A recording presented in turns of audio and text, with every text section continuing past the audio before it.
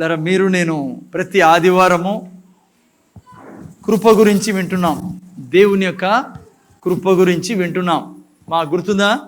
మరి ప్రతి రెగ్యులర్గా సండే వచ్చే వాళ్ళ కోసం అయితే మీకు తెలుసు ఏ సబ్జెక్ట్ ఇక్కడ చదువుతున్నామో, నేర్చుకుంటున్నామో.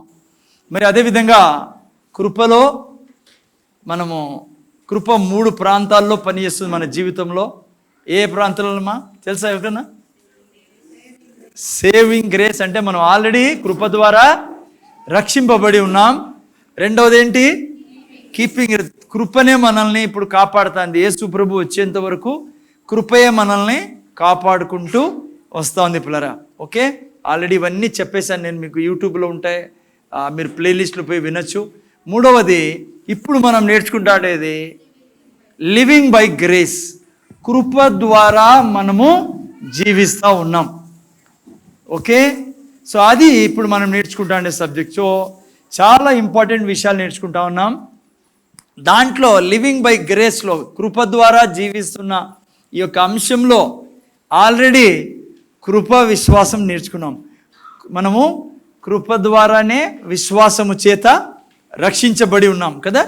సో నేను జస్ట్ మీకు టచ్ చేసి వెళ్తాను. అంటే మీలో పాత వాళ్ళకైతే విన్న వాళ్ళకి తెలుసు.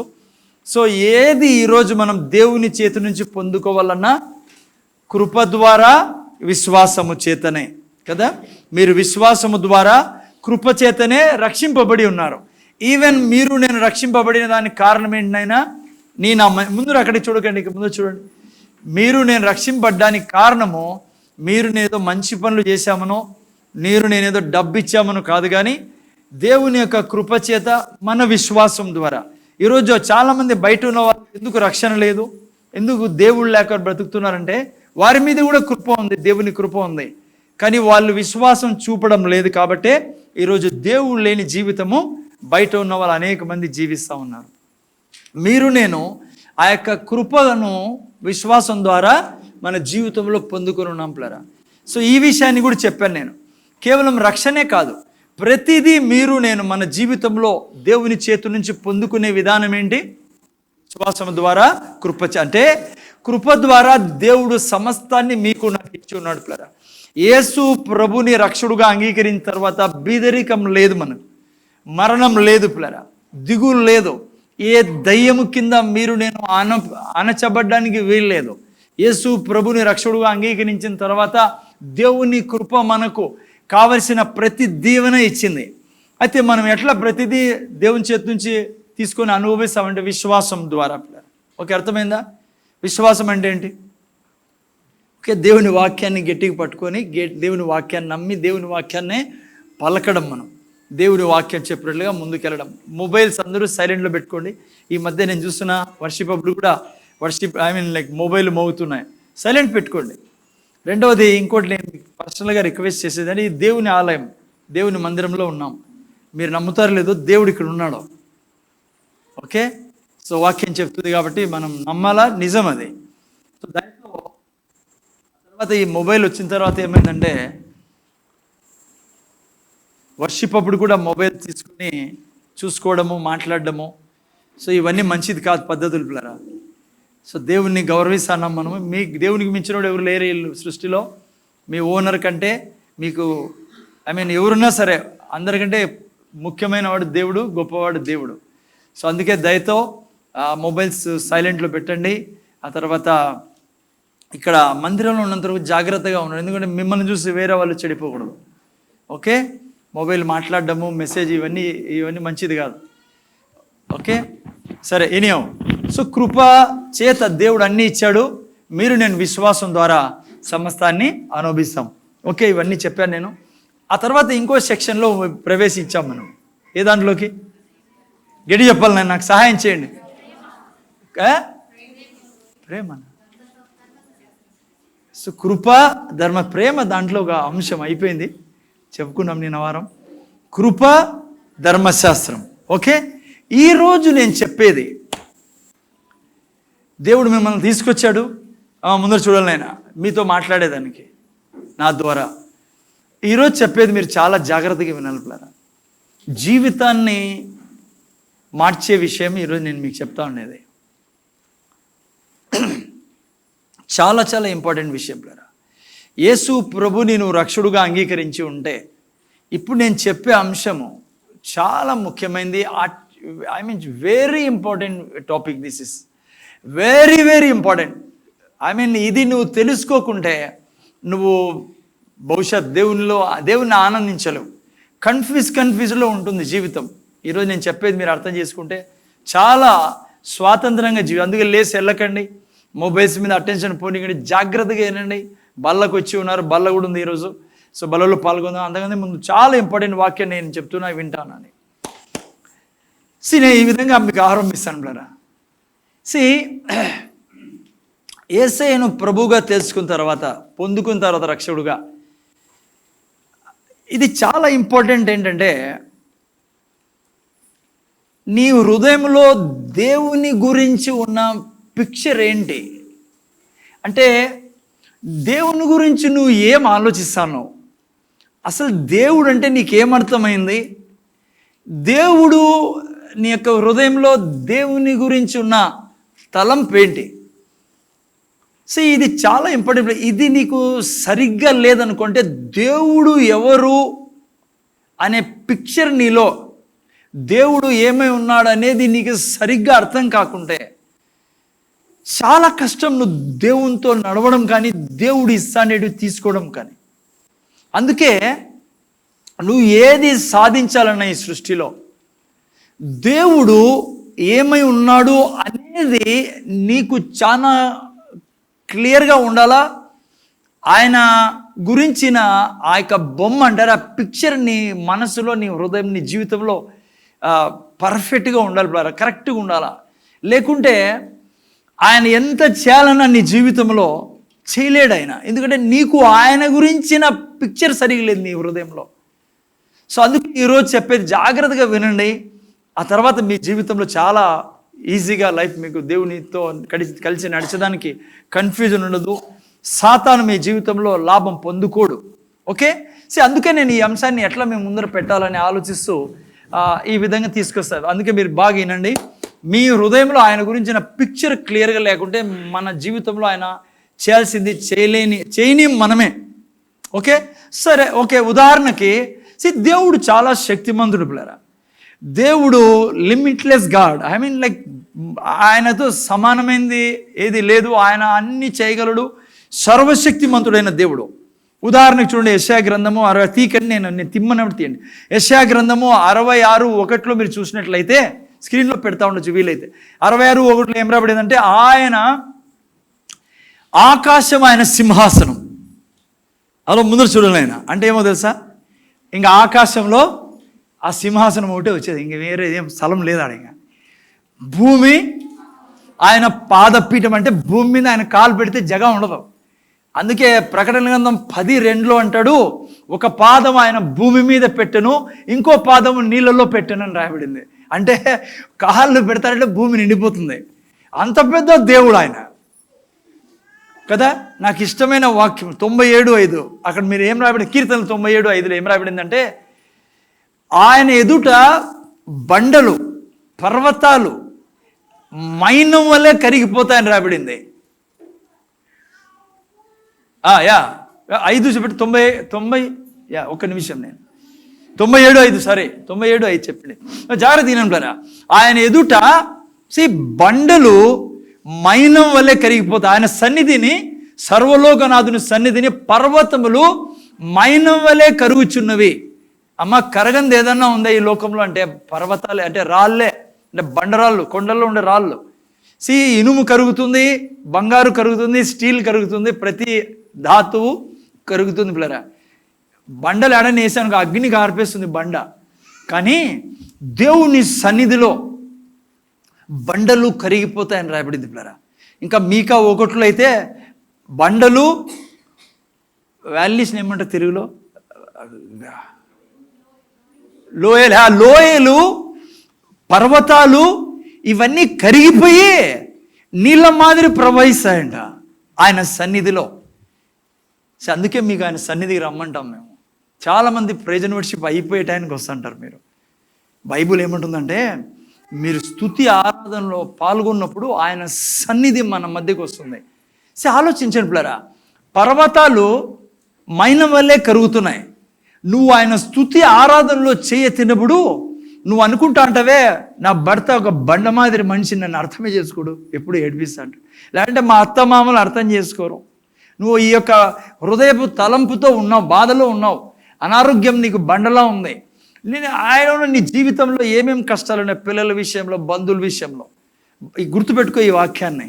నువ్వు స్తుతి ఆరాధనలో సంఘపు సమయానికి వచ్చి నువ్వు పాడుతుంటే చేతులెత్తి ఆయన అంటాడు, ఆయన సన్నిధి నీ దగ్గరికి వచ్చినప్పుడు, నువ్వు పాడినప్పుడు, నీ స్తుతుల మీద ఆయన ఆశీడ్ అయినప్పుడు బైబుల్ అంటుంది, నీ పర్వతాలన్నీ, నీ జీవితంలో ఉన్న బండలాంటి సమస్యలన్నీ మైనం వల్లే కరిగిపోతాయి. మీక 1:4 పెట్టా, మైనం వల్లే కరిగిపోతాయి పిల్లరా.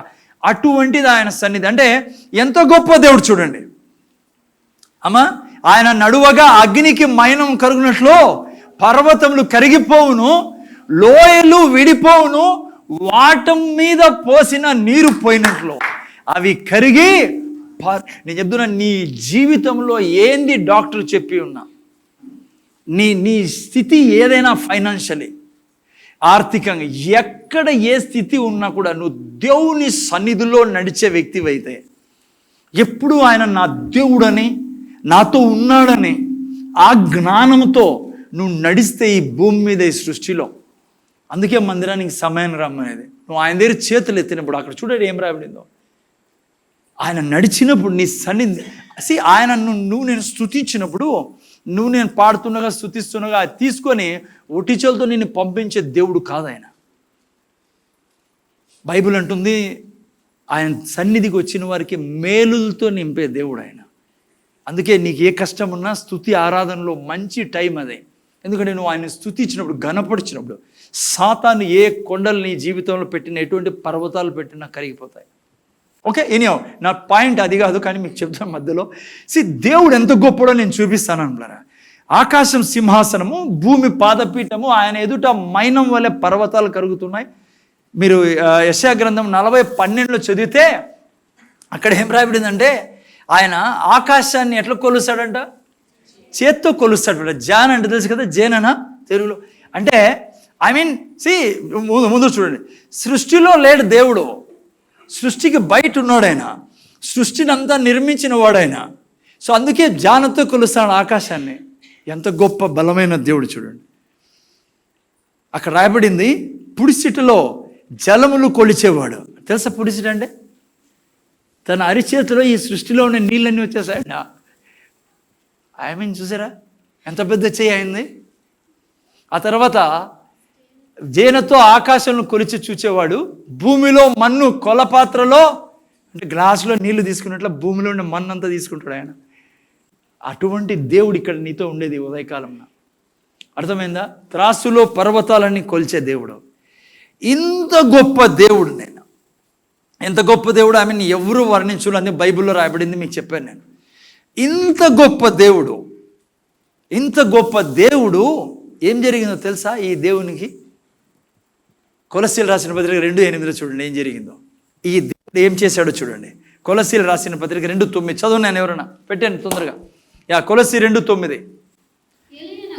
ఏలయనగా దైవత్వం యొక్క సర్వ పరిపూర్ణత శరీరముగా ఏం జరిగింది నైనా? ఏమర్థమైంది ఈ వాక్యం ద్వారా? ఆ బ్రహ్మాండమైన దేవుడు, ఆ బ్రహ్మాండాన్ని సృష్టించిన దేవుడు ఎక్కడికి వచ్చాడంట? ఈ భూమి మీదకి వచ్చాడు శరీరధారిగా. అంటే యేసు ప్రభులో ఉండే దేవుడు, స్వయాన దేవుడు. పిల్లలు యేసు ప్రభు గురించి రాయబడింది, ఏలైనగా దైవత్వం యొక్క సర్వ పరిపూర్ణత ఎవరిలో నివాసం చేస్తుంది? క్రీస్తునందు నివసిస్తూ ఉంది. ఆ దేవుడు మనం పాయింట్ మీ ముందరికి ఏం తీసుకొస్తానంటే, ఎంత గొప్ప దేవుడు అనేది. ఆ గొప్ప దేవుడు ఏమైంది ఇప్పుడు? శరీరంలో వచ్చి ఈ భూమి మీద నడుస్తున్నాడు. యేసుప్రభు ఎవరు? ఆ జేనతో కొలిచిన దేవుడు, ఆ యొక్క పర్వతాలను తూచే దేవుడు, సర్వశక్తిమంతుడగు దేవుడు. జాగ్రత్తగానండి, మనిషిలో నివసిస్తూ మనిషిగా ఈ భూమి మీద తిరుగుతున్నాడు. నేను సబ్జెక్ట్ ఏంటి ఈరోజు? ఆయన ఎవరో నీకు కరెక్ట్గా అర్థం కాలేదనుకో, ఆయన పిక్చర్ నీలో సరిగ్గా లేదనుకో, నీ జీవితంలో ఏమీ చేయలేడు ఆయన. అది సబ్జెక్ట్ ఈరోజు. ఓకే, జాగ్రత్తగా వింటాను బ్రదర్. ఇంత గొప్ప దేవుడు భూమి మీద నడుచుకుంటూ ఆయన ఊరికి వెళ్ళాడు. ఒకరోజు ఊరికి నజరేత్కి వెళ్ళాడు బ్రదర్. నజరేత్కి వెళ్తే బైబిల్ చెప్తుంది అక్కడ ఆయన వాళ్ళు ఏమీ చేయనీలేదంట ఆయన్ని. అంటే కొన్ని అద్భుతాలు చేశాడు అక్కడ. ఇంకేమి చేయలేకపోయాడంటే చేతకాక కాదు, ఆ యొక్క ప్రజలు వారి అవిశ్వాసం వలన చేయలేదు యేసు ప్రభు ఏమి అక్కడ. చచ్చిపోయిన లేపిన ఆయన, తుఫాన్ని ఆపిన దేవుడు ఆ ఊర్లో నిలబడుకొని ఉన్నాడు. ఆ ప్రజలందరూ ఆయన చూసి నమ్మలేదు ఆయన్ని. ఏదో చెప్పుకుంటూ తిరుగుతుండాలి అనుకున్నాడు ఆయన్ని. అందుకే ఏమీ చేయలేకపోయాడని రాయబడింది. చదవండి ఈ మాట, తర్వాత నేను వివరిస్తాను. మత్తయి సువార్త 13వ అధ్యాయం 55 నుంచి 50 నుంచి చాలా ఇంపార్టెంట్ పాయింట్స్ ఈరోజు మీకు చెప్పబోతున్నాను నేను. అందుకే నేను బిల్డప్ చేయనండి, వినండి జాగ్రత్తగా. ఇంత గొప్ప దేవుడు ఊర్లో తిరుగుతున్నాడు, నజరేత్ అనే ఊర్లో తిరుగుతున్నాడు. ఎవరు? జేనతో, తన ఆకాశాన్ని జేనతో కొలిచిన దేవుడు. సర్వ పరిపూర్ణత ఎక్కడుంది? ఇప్పుడు మనిషిలో నివసిస్తా ఉంది. యేసు ప్రభు ఒక దేవుడు పిల్లలు స్వయం. ఆ యెహోవా దేవుడు మనిషిగా వచ్చి ఆ ఊర్లో తిరుగుతూ ఉంటే ఏమైందంట, యేసు ఉపమానం చెప్పి చాలిన తర్వాత ఆయన అక్కడి నుండి వెళ్ళి స్వదేశమునకు వచ్చి సమాజ మందిరంలో వారికి బోధించడం. నెక్స్ట్, అందువల్ల వారు ఆశ్చర్యపడి ఈ జ్ఞానం, ఈ అద్భుతములు ఇతనికి ఎక్కడి నుంచి వచ్చినవి. నెక్స్ట్, ఇతడు వడ్లవాని కుమారుడు కాడా? ఇతని తల్లి పేరు మరియ కాదా?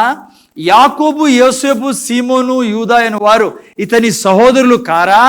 ఇతని సోదరి మనులందరూ మనతోనే ఉన్నారు కారా? ఇతనికి ఈ కార్యములు ఎక్కడి నుండి వచ్చినవి చెప్పుకొని ఆయన విషయమై అభ్యంతరపడి. అర్థమైందా? ఓకే, ఆ ఊర్లో ఏమీ చేయలేకపోయాడు దేవుడు. కాదు, చేయనీలేదు. ఎందుకు చేయలేదంటే వాళ్ళ హృదయంలో దేవుని గురించిన పిక్చరు వేరే ఉంది పిల్లరా. ఎందుకు ఏం చేయలేకపోయాడు? అన్నీ చేయగలడు ఈయన దేవుడు, కానీ వీళ్ళు హృదయంలో ఆయన గురించిన పిక్చర్ ఏముందో తెలుసా? మామూలు మనుషులే, ఏదో చెప్పుకుని తిరుగుతూ అంటారులే. అందుకే అన్న ఈ ఉదయకాలం ముందు చూడాలి, ఆయన నీ జీవితంలో ఆయన ఎవరో నీకు సరిగ్గా తెలియదు అనుకో, ఆయన ఎవరో నీకు అర్థం కాలేదని నీకు తెలియదు అనుకో, నీ గుండెల్లో ఆయన బొమ్మ కరెక్ట్ ఫిగర్ లేదనుకో, నా జీవితంలో కూడా ఇదే జరుగుతుంది. అన్నీ చేయగలడు ఆయన. ఇప్పుడే చదువుకున్న మైనంలా బండలు కరిగిపోతాయి ఆయన ఎదుట, కానీ ఏమీ చేయలేడు. నీ ముందర నిలబడుకొని ఉన్నా కూడా ఆయన, ఎందుకంటే నీలో ఉన్న పిక్చర్ వేరే ఆయన గురించి. అర్థమవుతుందా పిల్లరా? ఆయన ఏమై ఉన్నాడో మీరు నేను తెలుసుకోవడము నా జీవితంలో చాలా ఇంపార్టెంట్ పిల్లరా. మీకు అర్థమవుతుందా? లేకుంటే మీరు నేను మన జీవితంలో ఏమీ చేయకుండా దేవుడు మనమే అభ్యంతరం పరిచే వాళ్ళుగా ఉంటాం. ఓకే, జాగ్రత్తగా వింటానండి. ఆదాము పాపం చేశాడు. పాపం చేసిన తర్వాత ఆదాము యొక్క హృదయం భ్రష్టు పట్టిపోయింది పిల్లలు. అంటే పాపము తను చేయడం ద్వారా, తెలుగులో ఏమంటారు భ్రష్టు, కరెక్ట్ తెలుగైనా బస్ట్, తన హృదయం చెడిపోయింది పిల్లలు. తన గురించి దేవుని గురించి నా పిక్చర్ చెడిపోయింది. అందుకే ఆదాం పరిగెడుతున్నారు. ముందు జాగ్రత్త తినాలి పిల్లలు ఈ విషయాలు. ఆదాం పరిగెడుతున్నాడు పాపం చేసిన తర్వాత. ఎందుకు తెలుసా? ఈయన చంపేస్తాడు నన్ను. ఇప్పుడు నేను పాపం చేశా, ఈయన చంపేస్తాడు నన్ను. ఇప్పుడు నాకు శిక్షించడానికి వస్తున్నాడు ఇప్పుడు. అది పిక్చర్. ఆయన పిక్చర్ డిస్టార్ట్ అయింది పాపం చేయడం ద్వారా, దేవుని గురించిన పిక్చర్. ఈరోజు కూడా క్రైస్తవులు యేసు ప్రభువును రక్షకుడుగా అంగీకరించిన వారిలో చాలా మందిలో ఆయన పిక్చర్ డిస్టార్ట్ అయింది పిల్లరా. భ్రష్టు పట్టిపోయింది ఆయన. ఐ డోంట్ నో కరెక్ట్ పదం, సరిగా లేదు. ఈరోజు యేసు ప్రభువుని నమ్ముకున్న వాళ్ళు కూడా ఎప్పుడు ఏమనుకుంటారు తెలుసా? నన్ను ఎక్కడ చంపేస్తాడో ఆయన. తప్పు చేసేవాడు ముఖ్యంగా ఏదైనా పాపం మన జీవితంలో జరిగినప్పుడు వెంటనే ఆలోచించేది ఏమంటే, చాలామంది క్రైస్తవులు ఆయన చంపేస్తాడు నన్ను శిక్షించడానికి వస్తానండి ఇప్పుడు. హలో, ఆదాం పరిగెడతాడు, దేవుడు పరిగెడతాడు వెనకల. ఎందుకు? ఆపేదానికి, బాగు చేయడానికి. సి మీతో నాతో ఎప్పుడు దేవుడు మీతో నాతో పరిగెడుతుంటాడు, మీతో నాతో ఎప్పుడు ఉంటాడు దేవుడు. ఎందుకు? నిన్ను బాగు చేయడానికి. జాగ్రత్తగా ఉంటారా, చివరి క్షణం వరకు కూడా దేవుడు నన్ను విడిచిపెట్టడు. నీలో పిక్చర్ సరైంది తేవాల నేను సంఘ కాపరిగా. ఎవరి పిక్చర్ నానా? అందుకే జాగ్రత్త, దేవుని పిక్చర్, రైట్ పిక్చర్ నీలో ఉంటే సింహంలో ఈ సృష్టిలో బ్రతుకుతాను. దేవుడు చివరి క్షణం వరకు నిన్ను అసహించుకోడు. చివరి క్షణం వరకు నేను వదలు. నువ్వు చచ్చిపోయే బాక్స్లో పోయే ముందు క్షణం అప్పటి వరకు నీతోనే ఉంటాడు ఆయన. ఎప్పుడు ఇడిచిపెట్టాడు నిన్ను.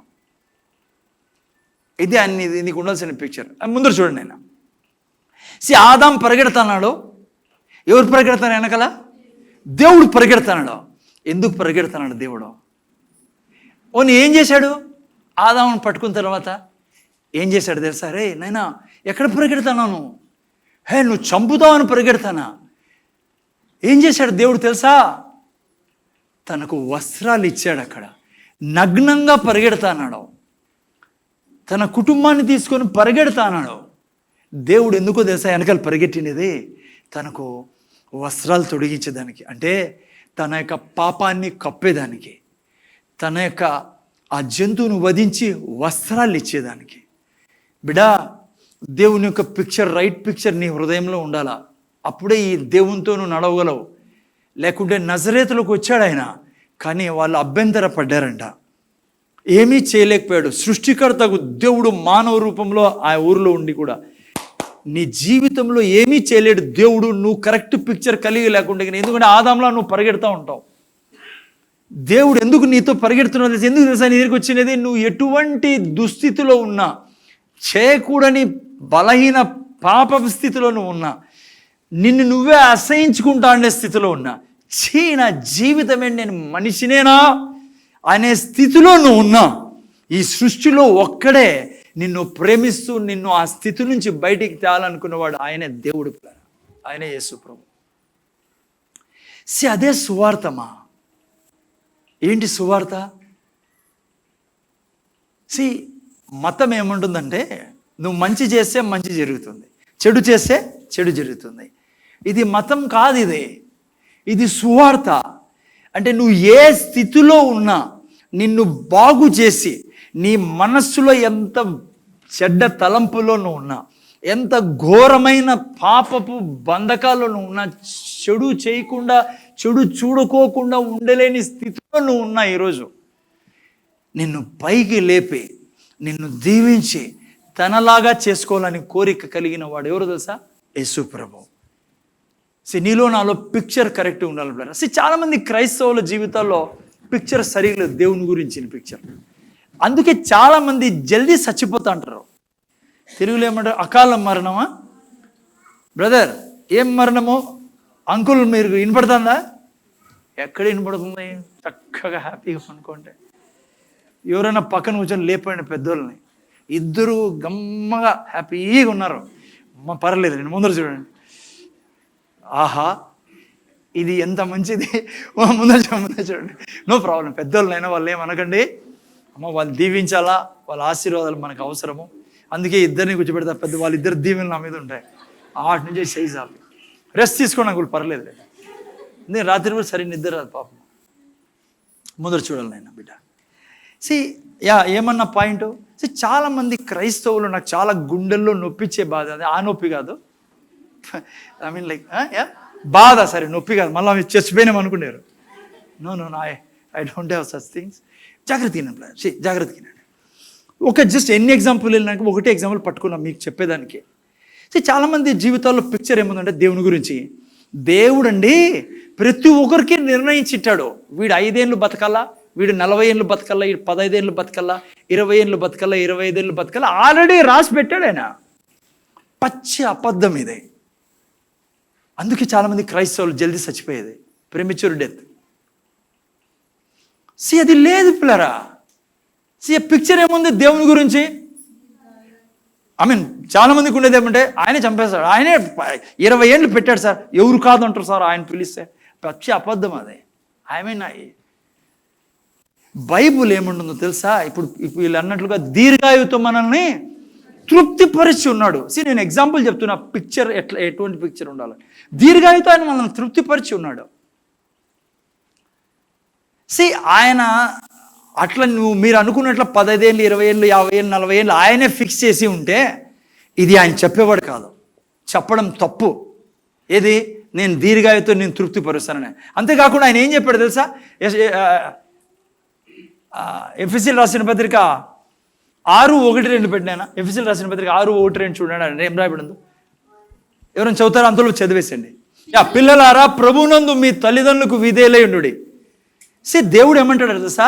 మా ముందర చూడైనా, చాలా మంది ముందర చూడాలా. యవ్వనస్తులు అందరూ బతకాలనుకున్నావా?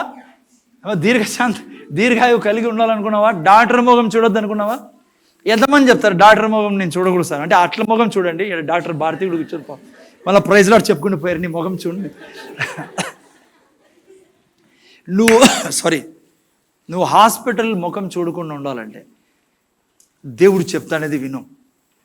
ఎప్పుడైతే నీ తల్లిదండ్రులకు నువ్వు విధేయుడై ఉంటావో, నెక్స్ట్ వాక్యం ఏం రాబడింది తెలుసా? చదవండి. ఏం రాబడింది? నీకు మేలు కలుగున్నట్లు నీ తల్లిదండ్రులను సన్మానింపము, అప్పుడు నీవు భూమి మీద.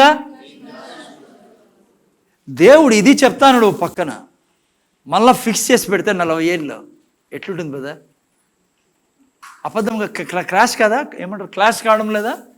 భయ్ నేను నా తల్లిదండ్రులు సన్మానిస్తా, నేను 100 ఏళ్ళు బ్రతకాలా, నా పిల్లలు 100 ఏళ్ళు బ్రతకాలా, మేము ఆరోగ్యంలో ఉండాలా, డాక్టర్ దగ్గర పోకూడదు, మేము డబ్బులు అక్కడ ఖర్చు పెట్టకూడదు. చాలా ఉత్తమమైన పని పిల్లరా ఇది. చాలామంది తల్లిదండ్రులు ఖర్చు చేస్తూ అంటారు, చెప్పిస్తాను. నేను కూడా చెప్పించాం సార్ అంటారు చాలామంది. చెప్పించడం అంటే ఏదో నిలబడి విలన్ మాదిరి తిట్టేది కాదు,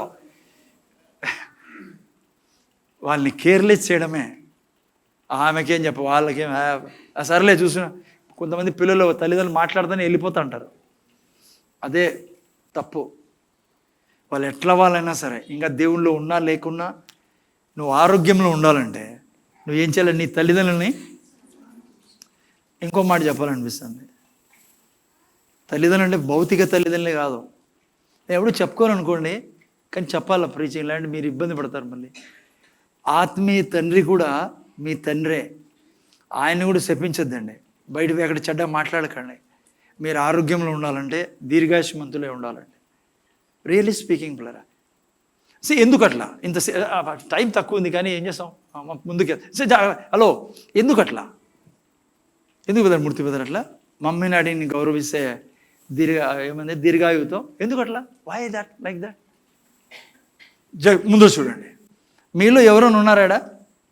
నేను పుట్టక ముందు మా అమ్మ నాన్నకి నేను లెటర్ రాసింటే, ఫోన్ చేసింటే అప్పుడు పుట్టినాననే వాళ్ళు.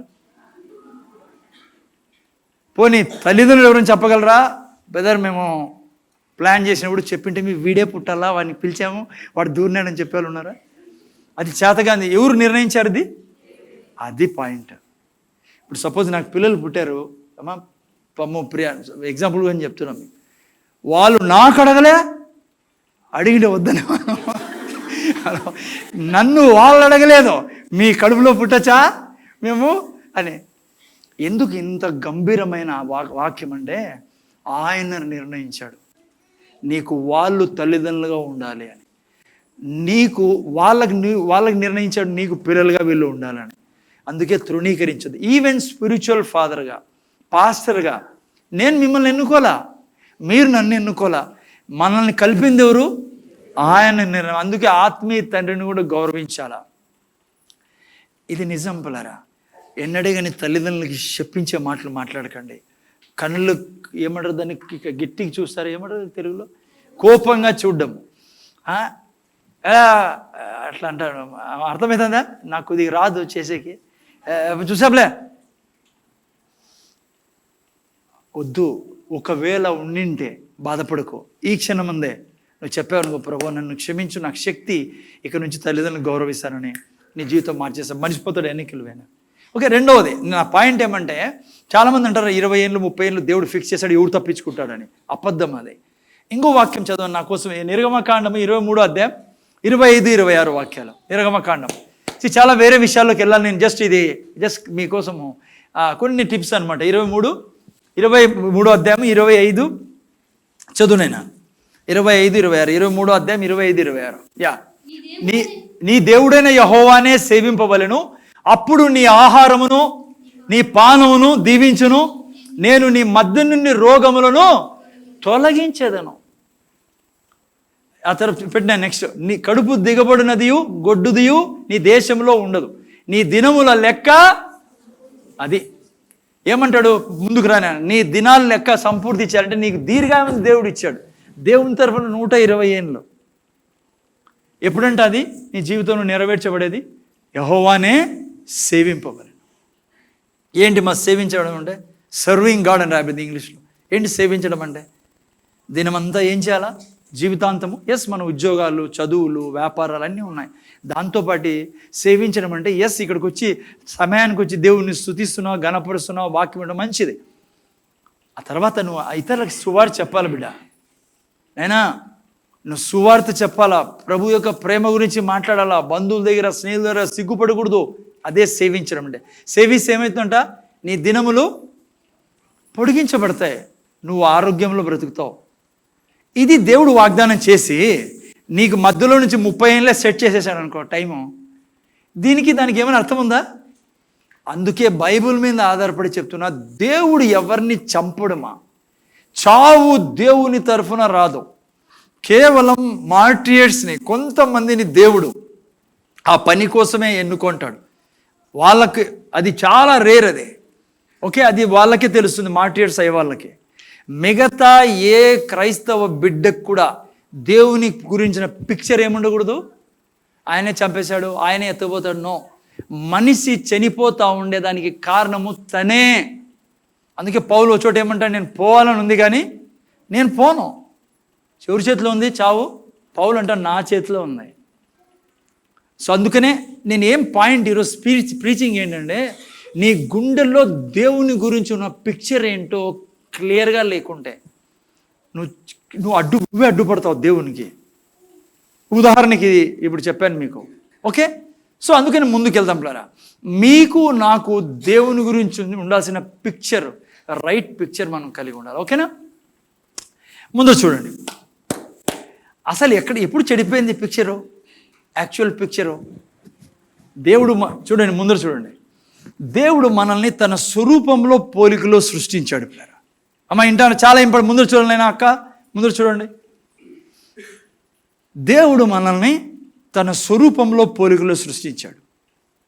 ముందర వింటారా? ఎప్పుడైతే ఆదాం పాపం చేశాడో ఆ తర్వాత ఆదాము తన స్వరూపంలో పోలికలో మనుషుల్ని పుట్టించడం మొదలుపెట్టాడు. అక్కడ తేడా కొట్టిండేది. మళ్ళా చెప్తున్నా, ఆదికాండం 5:3 పెట్టినైనా ముందర చూడండి, అక్కడ చూడకండి, ఇక్కడ చూడండి. ఆదాము పాపం చేయకముందు దేవుడు మనిషిని తన స్వరూపంలో పోలికలో సృష్టించాడు. అయితే ముందర చూడాలైనా, ఎప్పుడైతే ఆదాము పాపం పడిన తర్వాత ఏమైందంటే, ఆదాము అన్నాడు, నా స్వరూపంలో నా పోలికలో నేను నరుని నిర్మించదా. చూడండి అక్కడ, ఆదాము 130 ఏళ్ళ బ్రతికి తన పోలికగా తన స్వరూపమున కుమారుణ్ణి కని అతనికి షేతు అని పేరు పెట్టాడు. అక్కడ పిక్చర్ బ్రస్ట్ అయిపోయింది పిల్లరా. బ్రస్ట్ కాదు, బస్టు పట్టిపోయింది. డిస్టార్టెడ్, చెడిపోయింది దేవుని పిక్చర్. ఎందుకంటే ఇప్పుడు మనిషి ఎవరి స్వరూపంలో పుట్టిస్తాడు? ఆదాము స్వరూపంలో. అందుకే ముందర చూడాలి ఇప్పుడు మీరు. అందుకే మనిషిని చూసినప్పుడు ఏమనిపిస్తుంది? జంతువు కంటే ఉన్నాడు మనిషి అనిపిస్తుంది కదా. ఎట్లా బతుకుతున్నాడు భూమి మీద మనిషి ఈరోజు? ఎంత చెడ్డ స్థితిలో ఉన్నాడు కదా. అర్థం కావడం లేదని ఏం చెప్తాను మీకు అనిపిస్తుంది చాలాసార్లు. అసలు మనిషా సార్ అంటారు కదా. అసలు పశువులు కూడా చేయవే పని. చూడండి, మనం వార్తలు ఏంటా అంటాం, ఎంత నీచమైన పని మనిషి చేస్తాడు. కారణం ఏమో తెలుసా? ఇప్పుడు మనిషి ఎవరి స్వరూపంలో పోలికలో సృష్టింపడతాండేది? ఆదాము స్వరూపంలో పోలికలో ఆదాము తెస్తాండే స్టాక్ అది. అందుకే చూడండి, మీ పిల్లలకు తెలుగు నేర్పేయాలంటే టీచర్ పెట్టాలా, తెలుగుదేశంలో పుట్టి కూడా. అదే అబద్ధాలు చెప్పేదానికి యా టీచర్ అవసరంలే. పక్కింట్లో వాళ్ళకి, ఈ ఇంట్లో వాళ్ళకి డిస్కుమ్ పెట్టేదానికి వానికి యా ట్రైనింగ్ అవసరంలే. ఇంతే ఉంటాడు, 1 year వాడి ఏజ్.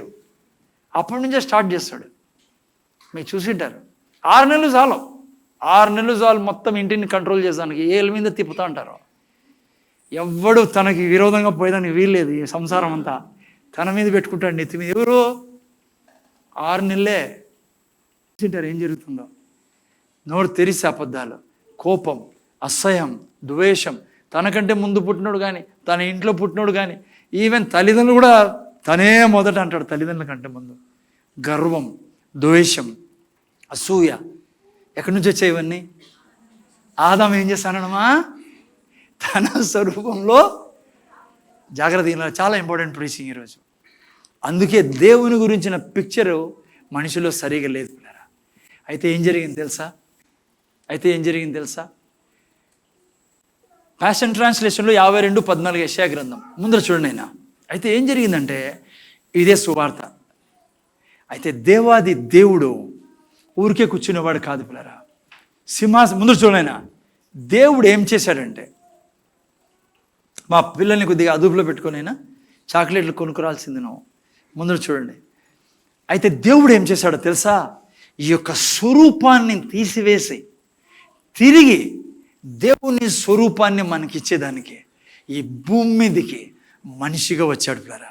దేవుడు మనిషిగా ఈ సృష్టిలో వచ్చేదానికి కారణం ఏమంటే, కోల్పోయిన ఆ యొక్క స్వరూపాన్ని, పోలికని, ఆ మానవత్వాన్ని, నశించిపోయి భ్రష్టు పట్టిపోయిన ఆ యొక్క మనిషి యొక్క నేచర్ని, స్వభావాన్ని మార్చేదానికి, మతం ఇచ్చేదానికి కాదు పేరా, ఆ యొక్క నేచర్ని మార్చేదానికి దేవుడు వచ్చాడు. తెలుగులో చదవండి 52:14. అందుకే ఏంగా మారాడు యేసు ప్రభు కదా. చాలా ఉంది, మీకు తెలిసిందే కదా.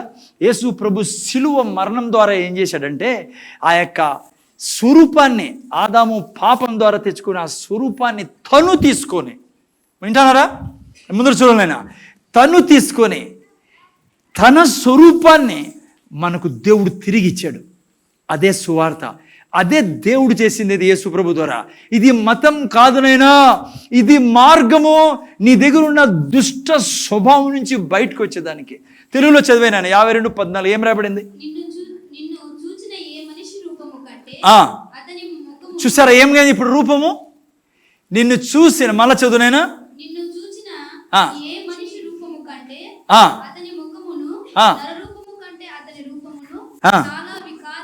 నరరూపంగా లేకుండా మారిపోయాడు యేసు ప్రభు.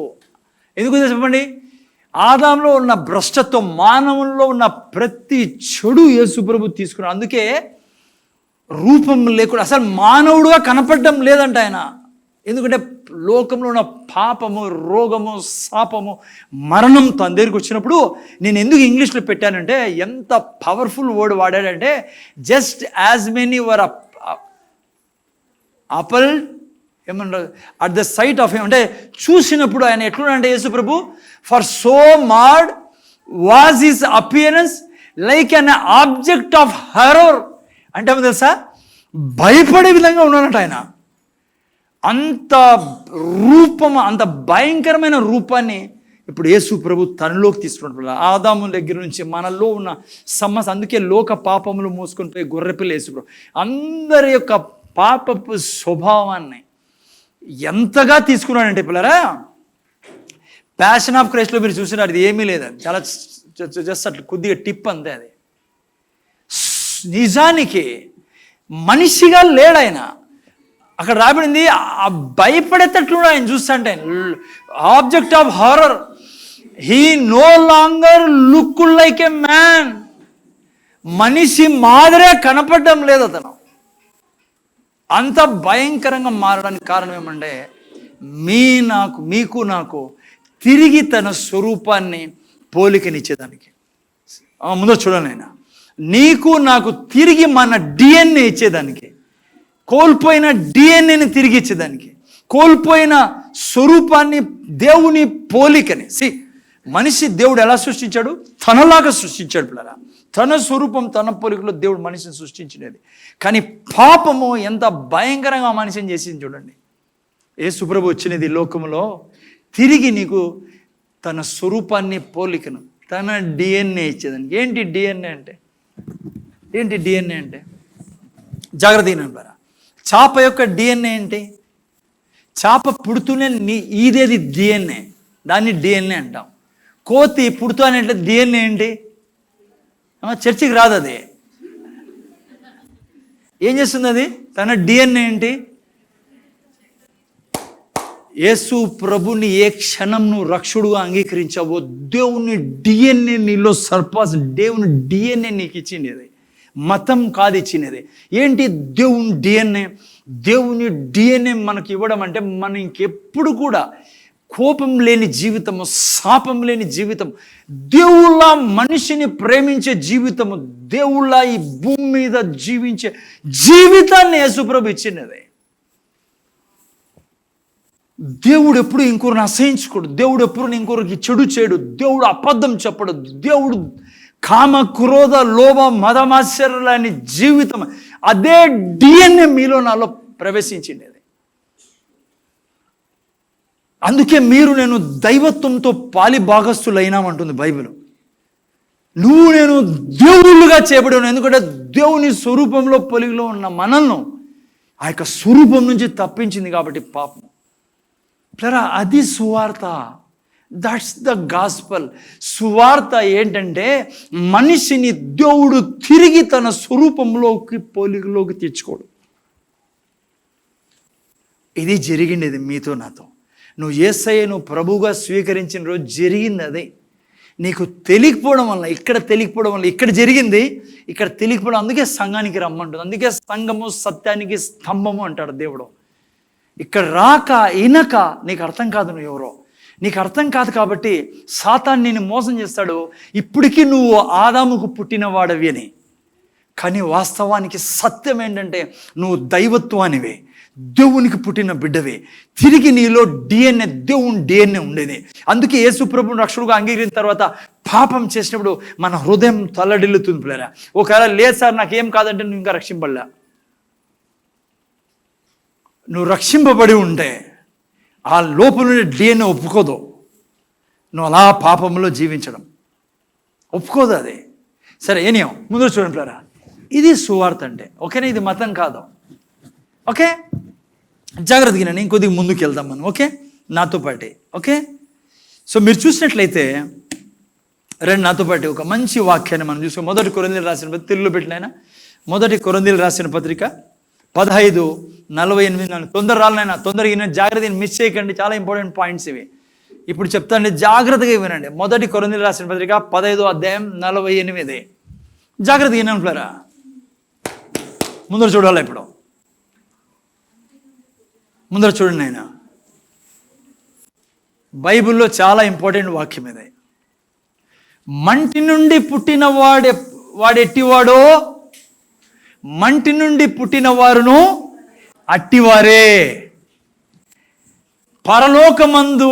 పరలోక సంబంధి ఎట్టివాడో పరలోక సంబంధులను అట్టివారే. ముందర చూడాలి. ఇంకా నీ పిక్చర్ ఏమో నేను చూపిస్తాను. దేవుడు నీలో ఉన్న నీకు ఆయన పిక్చర్ నీకు అర్థం కావాలి. ఆయన నీ కొరకు ఏం చేశాడు, నువ్వు ఎవరో. ఇప్పుడు జాగ్రత్తగా ఏంటి ఇక్కడ అంటే రాయబడింది, మంటి నుండి పుట్టినవాడు ఎట్టివాడో మంటి నుండి పుట్టిన వారును అట్టివారే. ఎవరు మంటి నుండి పుట్టిండేది? గట్టి చెప్పాలి. ఎవరు? ఆదాము మంటి నుండి పుట్టినవాడు. మంటి నుండి పుట్టిన వాడెవడో, మంటి నుండి పుట్టిన వాడు ఎట్టివాడో మంటి నుండి పుట్టిన వారును అట్టివారే. అంటే ఎవరు? వాళ్ళెవరు? యేసయ్యని ఇంతవరకు రక్షకుడుగా అంగీకరించిన వాళ్ళు. వాళ్ళు ఎవరికి పుట్టారు? మంటి నుండి వచ్చిన వాడికి పుట్టారు. అందుకని వాళ్ళు ఎట్లా? వాళ్ళు మంటి నుండి వారు వచ్చారు. మంటి వారు తెలుగు కొద్దిగా ఇబ్బంది. వాళ్ళు ఓకే. ఇక్కడ ముందర చూడాలి. ఈ లోకంలో మీరు నేను, ప్రపంచంలో ఎక్కడ పోయినా, మీరు ముస్లిమ్స్, మీరు హిందువులు, మీరు క్రిస్టియన్సు, మీరు పార్సీకులు, మీరు బుద్ధిస్టు, మీరు జైనిస్టు, లేకుంటే మీరు యూదులు, రకరకాల మతాలు ఈ సృష్టిలో ఉన్నాయి. ముందర చూడాలి. ఇప్పుడు ఈ సృష్టిలో భూమి మీద ఉన్నాయి. కానీ దేవుని ఎదుట ఉండేది రెండు జాతులు. మానవుల్లో దేవుడు, ముస్లిం దేవునికి అర్థం పట్టించుకోడు దేవుడు, వాళ్ళు ఏదో పట్టించుకున్నారులే. హలో, దేవుని దృష్టిలో కన్నులో ఉండేది భూమి మీద రెండు జాతులు. ఒకరు మంటి నుండి వచ్చిన వారు, ఇంకొకరు పరలోకం నుండి వచ్చిన వారు. ఇంకా క్లియర్గా మీకు అర్థం కావాలంటే, ఒక జాతి మొదటి ఆదాముతో పుట్టినవారు, ఆదాము నుంచి వచ్చినవారు. రెండవ జాతి రెండవ ఆదామగు యేసు క్రీస్తుకు పుట్టినవారు. దేవుని ఎదుట క్రిస్టియన్స్, ముస్లిమ్స్, హిందూస్ ఇవన్నీ మనం పెట్టుకునేది ఏంది లేదు ఆయన దగ్గర. ఆయన సృష్టికర్తకు దేవుడు, ఆయన ఎదుట ఉండేది రెండు జాతులు మనుషుల్లో. ఒకటి ఆదాము నుంచి వచ్చినవారు, రెండవది పైనుంచి వచ్చినవారు, యేసయ్య నుంచి వచ్చినవారు. జాగ్రత్తగా వినండి, చాలా ఇంపార్టెంట్ ప్రీచింగ్ ఇది. ఎవరైతే పాపములో ఉన్నారో, ఆదాము ఏం చేశాడు? పాపం చేసాడు పిల్లరా. మంటి నుంచి వచ్చిన వారు ఎవరు అంటే పాపంలో జీవిస్తున్నారు, ఇంతవరకు పాపం నుంచి బయటికి రానివారు, అంటే రక్షణ లేనివారు. కన్ఫ్యూజ్ కాదండి, ఎందుకంటే క్రైస్తవులు కూడా తప్పులు చేస్తాడు, పాపాలు చేస్తాడు. ముందర చూడాలి ఆయన. అర్థమవుతుందా? లావణ్య జాగ్రత్తగా అర్థమవుతుంది కదా అమ్మ, నైనా అర్థమవుతుందా? మంటి నుండి పుట్టిన వాళ్ళు ఎవరంటే పాపంలో ఉన్నవారు, అంటే యేసయ్యను ప్రభువుగా రక్షకుడుగా అంగీకరించని వారు మంటి నుండి వచ్చిన వారు. పరలోక సంబంధులు ఎవరంటే ఆ పాపం నుంచి విడిపించబడి ప్రభువుకు యేసు క్రీస్తు ద్వారా విడిపించబడిన వారు. జాగ్రత్త వినండి. అందుకే ఒక మనిషి చచ్చిపోయిన తర్వాత ఇవన్నీ ఉండవు, ఈ ప్రపంచంలో మాట్లాడుతాను. అందుకే చూడండి, అందరూ భూమిలోకి పోయేది. అడిగిపోయేది అడిగిపోతానైనా ఎవరైనా పంపించినా పైకి బాక్స్లో పెట్టి. దేవుని ఎదుట రెండే మార్గాలు ఉండేది. మనిషి మట్టి కన్నా పోలా, మనిషి పరలోకానికన్నా పోలా. రెండే మార్గాలు దేవుని ఎదుట. దేవుని దగ్గర ఉండేది రెండే జాతులు మనుషులు. మీకు అర్థమవుతుందా? అందుకే చూడండి, ఈ సృష్టికర్తకు దేవుడు మనిషిగా వచ్చినప్పుడు నికోదేమస్ ఒక విలువైన మాట అన్నాడు. ఏమన్నాడు? యోహాను సువార్త 3:5 అంటాడు, ఒకడు క్రొత్తగా జన్మిస్తే కానీ దేవుని రాజ్యం, తీసిపెట్టినాను అదే, ఒకడు క్రొత్తగా జన్మిస్తే కానీ దేవుని రాజ్యంలోనికి ప్రవేశించడం. ముందు చూడండి, నేను ఎవరినైనా నరకానికి వెళ్ళేది, ఎవరు నరకానికి వెళ్ళేది? సార్ వీడు పీటర్ పేరు పెట్టుకున్నారు. పీటరు, ఏం పేరు? పీటరు, జాను కూడా ఉన్నాడు ఇటు పాపము. పీటరు, జాన్, ఇంకెవరు? అబ్రహాము, సారా, మరియమ్మ, వీళ్ళంతా ఈ పేర్లు పెట్టుకున్నారు. సార్ వీళ్ళంతా సార్, నో సార్, నువ్వు ఆంజనేయులు కావచ్చు, ఆదిలక్ష్మి కావచ్చు, ఏం పొరపాట్లేదు దీంట్లో. అర్థమవుతుందా? హలో, ఆదిలక్ష్మి కావచ్చు, ఇంకెవరు, ఆంజనేయులు కావచ్చు, నువ్వు రాముడు కావచ్చు, ఎవరన్నా కావచ్చు. నువ్వు తిరిగి జన్మించకపోతే, ఈవెన్ నువ్వు చర్చిలోనే ఉండొచ్చు ప్రతి ఆదివారము, కానీ తిరిగి జన్మించకపోతే నువ్వు పరలోక రాజ్యానికి పోలేవు. అది కండిషన్, తిరిగి జన్మించాల. అందుకే ఇది మతం కాదు, ఇది తిరిగి జన్మించడం. అందుకే 3:6 మంచి మాట అంటాడు. దాంట్లో చదువునైనా 3:5 చదువు. యేసు ఇట్లా, నేను ఒకడు నీటి మూలంగాను ఆత్మ మూలంగాను జన్మించితేనే కానీ దేవుని రాజ్యంలో ప్రవేశింపలేడని నిశ్చయంగా నీతో చెబుతున్నా. తర్వాత ఇప్పుడు వినండి జాగ్రత్తగా. శరీరం మూలంగా జన్మించినది శరీరం, ఆత్మ మూలంగా జన్మించినది ఆత్మయే ఉన్నది. జాగ్రత్త వినాలరా. అందుకే నేను మీకు పునర్జన్మ కాదు మాట్లాడుతాండేది, నేను మాట్లాడుతాండేది కొత్త జన్మ. ఎందుకంటే బయట బిడ్డలు చాలామంది తెలియని వాళ్ళు పునర్జన్మ మీద ఆధారపడి ఉంటారు. పునర్జన్మ అంటే తెలుసా? పునర్జన్మ అంటే మళ్ళా ఆదాం నుంచి పుట్టడం. అది కాదు బైబిల్ మాట్లాడుతాండేది. బైబిల్ చెప్పేది ఏమంటే నువ్వు ఏ రోజు యేసు ప్రభుని రక్షకుడుగా అంగీకరిస్తావో నువ్వు పైనుంచి జన్మిస్తావు. ఇక్కడ అందుకే బైబిల్ అక్కడ యేసుప్రభు అంటే శరీరం మూలంగా, అంటే నువ్వు కింద నుంచి వస్తావు అనుకో, ఆదాం నుంచి, అది శరీరమే. నువ్వు పరిశుద్ధాత్మ దేవుని ద్వారా జన్మిస్తే నువ్వు ఆత్మై ఉన్నావు అంటాడు. ఓకే, అందుకనే పునర్జన్మ గురించి కాదు బైబిల్ మాట్లాడేది, క్రొత్త జన్మ గురించి. నువ్వు ఏ రోజు యేసు ప్రభుని రక్షకుడుగా అంగీకరిస్తావో, తెలుగులో క్రొత్త జన్మ మూడు పెట్టినాను, కొత్త జన్మ అని రాయబడింది. తిరిగి ఏం రాయబడింది? కొత్తగా జన్మిస్తే. కానీ మీరు గ్రీక్ బైబిల్ చదివితే ఇక్కడ వాడబడిన పదం ఏం చేస్తా, క్రొత్తగా జన్మిస్తానని, అనోథెన్ అని, అంటే ANOTHEM. నువ్వు మొబైల్ వేసి చూసుకోవచ్చు, నువ్వు ఇంటికి పోయి. బార్న్ ఫ్రమ్ అబోవ్ అని రాయబడి ఉంటుంది పిల్లరా. అర్థమైందా? అంటే ఒకడు ఓకే, నువ్వు నేను పునర్జన్మ కాదు పొందుకోలేదే, నేను క్రొత్తగా నేను జన్మించి ఉన్నాం. యేసు ప్రభుని రక్షకుడుగా అంగీకరి, క్రొత్త జన్మ నీది నాది. అర్థమైందా? ఈ మతాలన్నీ ఏం చేస్తున్నాయి? చాలా మతాలు ఈ ప్రపంచంలో ఏం చేస్తున్నాయి తెలుసా? ఆదామునే రీఫిక్స్ చేసేదానికి ప్రయత్నాలు జరుగుతున్నాయి. ఏంటివి?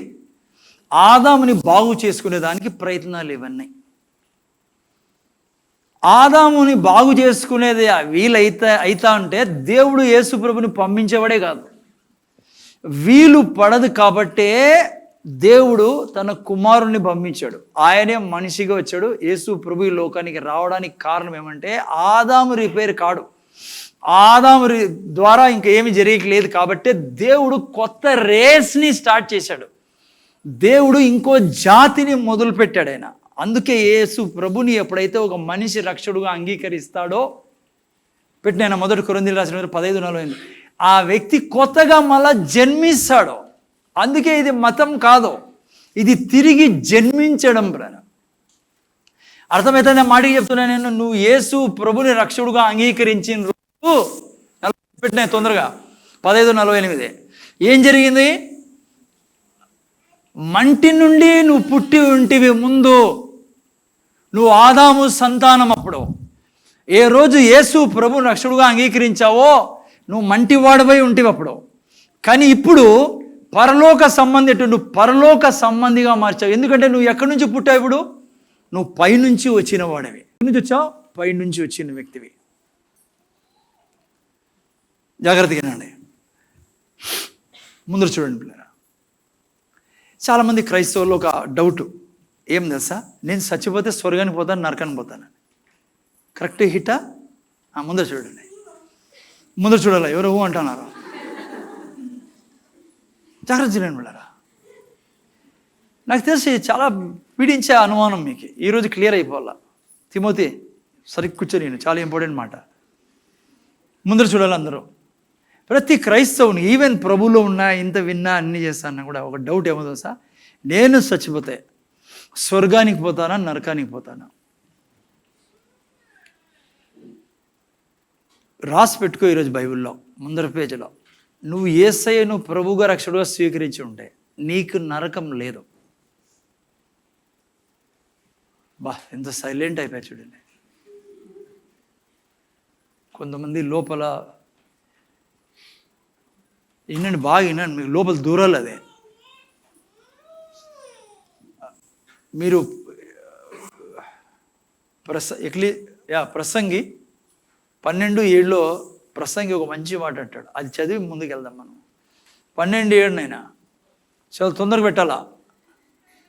యాడుంటుందో తెలుసా నైనా? పాత నిబంధనలో సామెతల తర్వాత దాని దొరికిందా? ఎందుకంటే ప్రసంగి అంటే మన వాళ్ళకి ఇది కరెక్ట్ పట్టుకొని చూడ పాప. చదువునేనా? మన్నైనది వెనుకటి వలె మరలా భూమికి చేరును. ఎవరు చేరేది? నువ్వు ఎవరు? నువ్వు మన్నా? నేను మన్ను కాదు. ఆత్మ దాని దయచేసిన దేవుని ఎదిగా మరలపోను. నువ్వు నేను ఏ రోజు చనిపోతామో, ఇక్కడి నుంచి అంటే నిద్రిస్తాము, యేసయ్యను రక్షకుడుగా అంగీకరించి ఉంటే, నువ్వు నేను స్వర్గానికి వెళ్ళాను. అసలుకి మీకు స్వర్గానికి వెళ్ళేదేంద్రా? అసలు సరిగ్గా మంచిది కాదు అది. నేను మీకు ఎట్లా స్వర్గం ఈజ్ నాట్ అవర్ ఏమంటారు దాన్ని, డెస్టినీ. స్వర్గం ఈజ్ అవర్ ఆరిజిన్. అంటే అర్థమైంది కదా? అరే పుట్టింది ఆడే. మీరు ఇప్పుడు చర్చ అయిపోయిన తర్వాత ఎవరింటికి వెళ్తారు? పక్కన ఉంటారు, మీరు ఇంటికి వెళ్తారా? అమ్మ ఉన్నారు ఎవరన్నా అట్లా? ఈ చర్చ అయిపోయిన తర్వాత యాడికి పోలో దిక్కు తెలియకుండా ఎవరైనా ఇంట్లో దూరుతారా? ఎట్లెట్లా యాడిపోతాం మనము? మీరు మన ఇంటికి పోతాం. మనం పుట్టింది ఆడపిల్లరా? అలా ఏడ పుట్టినాం మనము? స్వర్గంలో పుట్టిన వాళ్ళం మనము. వీటికి వచ్చాం మనము. అందుకే చదవండి, యోహాను సువార్త 1:12 చదవండి. ఆడిపోతాము చదవండి. ఎవరికి పుట్టాం మనం? చదవనైనా 1:12 యోహాను సువార్త 12:13.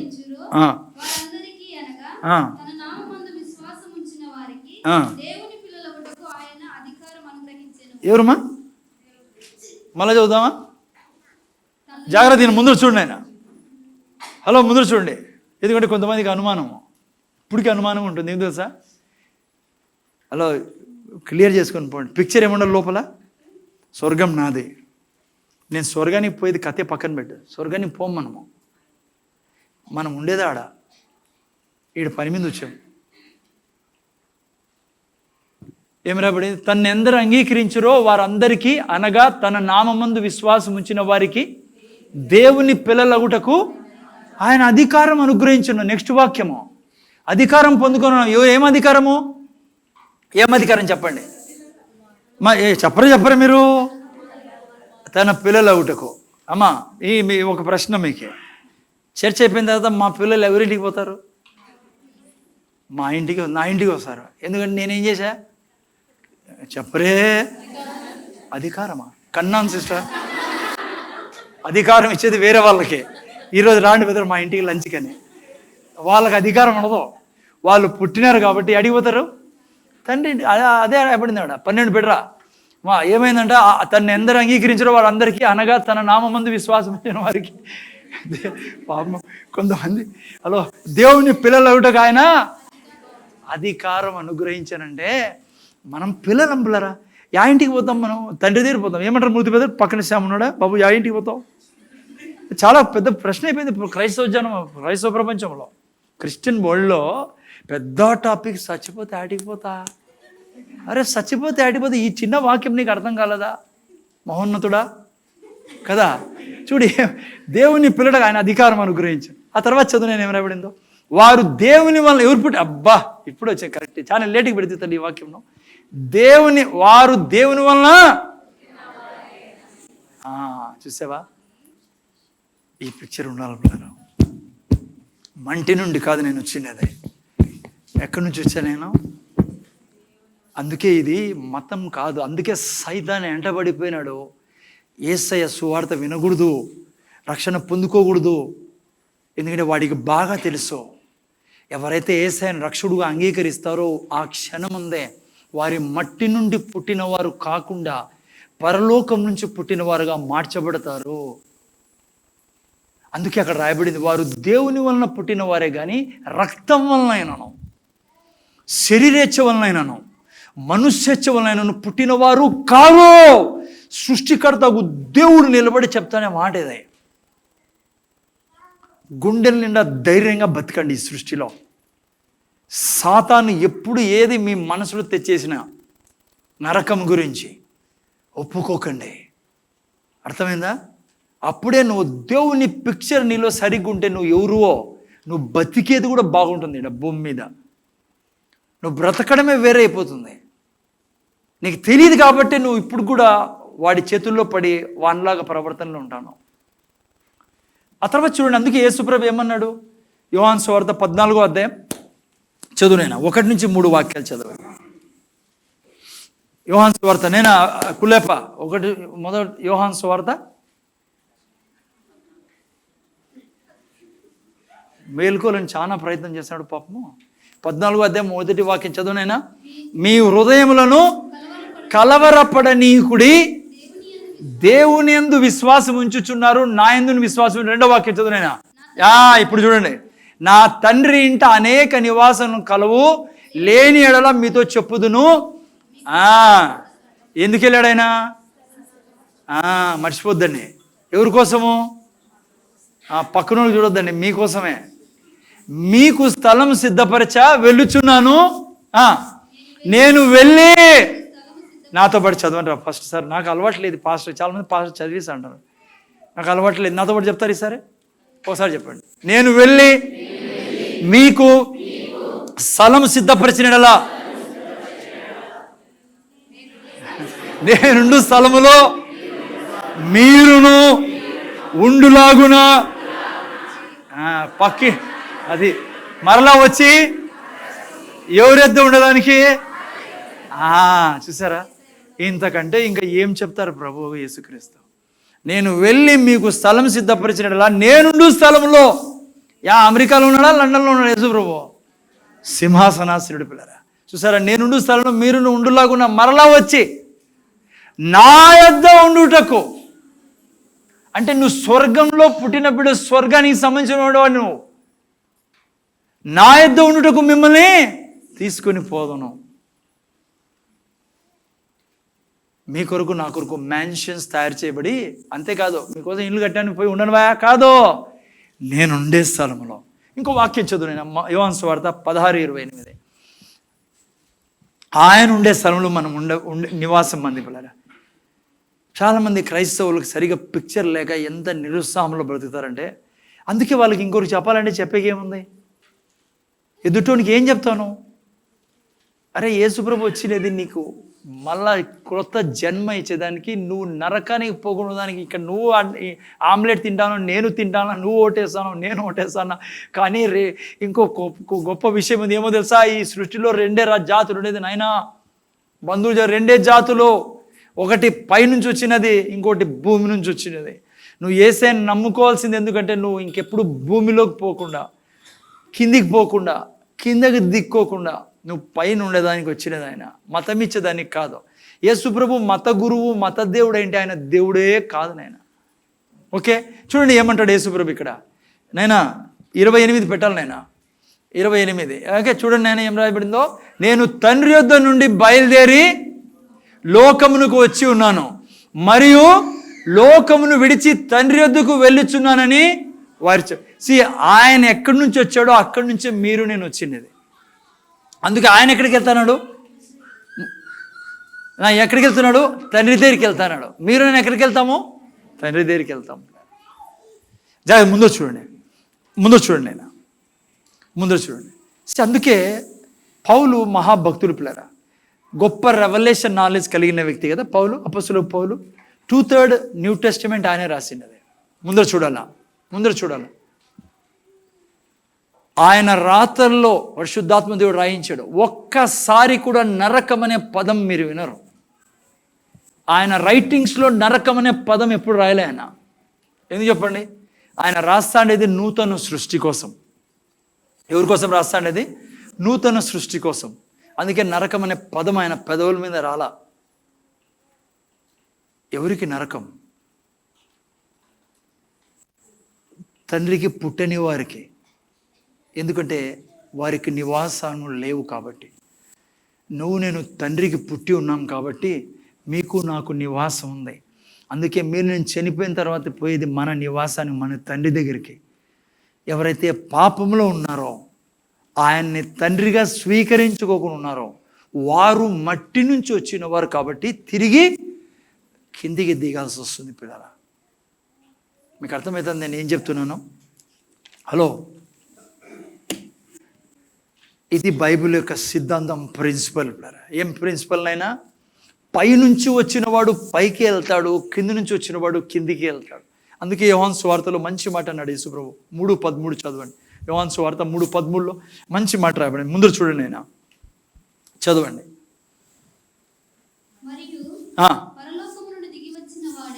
చూసారా? అట్లే చదవకండి, అర్థం చేసుకొని చదవండి.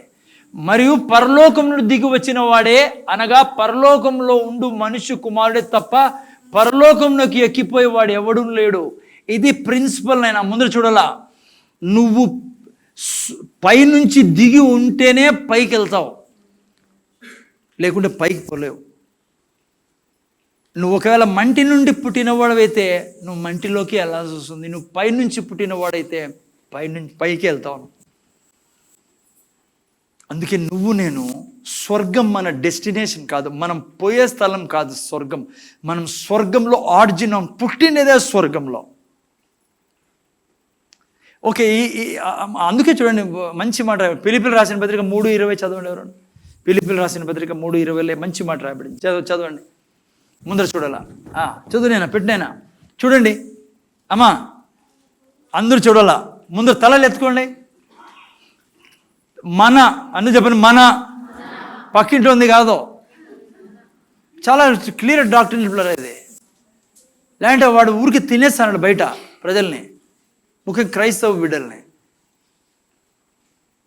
మన యేసయ్యను రక్షకుడుగా స్వీకరించే మన పౌరస్థితి పరలోకమందు ఉన్నది, రాదు కాదు. రేపు పొద్దున్నే సండే, ఇంక నుంచి సండే పొద్దున్నే వస్తాను సార్, 9కి రమ్మంటాడు పాస్టర్. ఇంతవరకు రాలే, 10 తర్వాత సండే ఇంక నుంచి వస్తాను. అది కాదు కథ. ఈడ నువ్వు ఏ రోజు యేసు ప్రభువుని రక్షకుడుగా అంగీకరించావో నీ పౌరస్థితి, సిటిజన్షిప్ ఎక్కడుంది?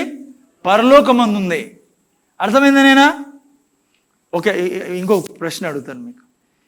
ఇప్పుడు ఇండియాలో మనం పుట్టాం, మన పౌరస్థితి ఏంటి? భారతీయులం. అదన్నా తెలుసా కొంతమందికి? అందరికి తెలుసా? నేనా రజా, నీ పౌరస్థితి ఏంటి? అమెరికానా ఇండియానా? ముందర చూడండి. మన పౌరస్థితి సిటిజన్షిప్ ఇండియన్ది. నేను అడుగుతాను, నీకు ఎందుకు ఇచ్చాడు నీకు ఈ సిటిజన్షిప్?